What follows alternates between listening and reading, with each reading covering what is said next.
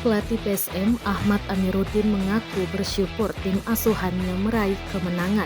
Amir Sapanpria asal Bone ini mengatakan PSM memang layak menang. Pasalnya, pasukan Ramang memiliki peluang lebih banyak dan yang terpenting semua pemain bekerja keras selanjutnya. Pelatih Persita Tangerang, Angel Alfredo Vera mengaku timnya hanya bisa mengimbangi di babak pertama. Skor imbang 1-1 mewarnai jalannya laga babak pertama. PSM baru melebarkan skor 2 gol di babak kedua. Di laga ini pemain PSM beberapa kali mendapat perawatan, di antaranya Reza Arya, Victor Dethan, dan Yance Sayuri. Alfredo menyesali tindakan tersebut dengan menyebut pemain PSM seringkali gampang terjatuh. Untuk diketahui PSM Makassar memperpanjang rekor tak terkalahkan di Liga 1 musim 2022-2023 hingga pekan ke-13.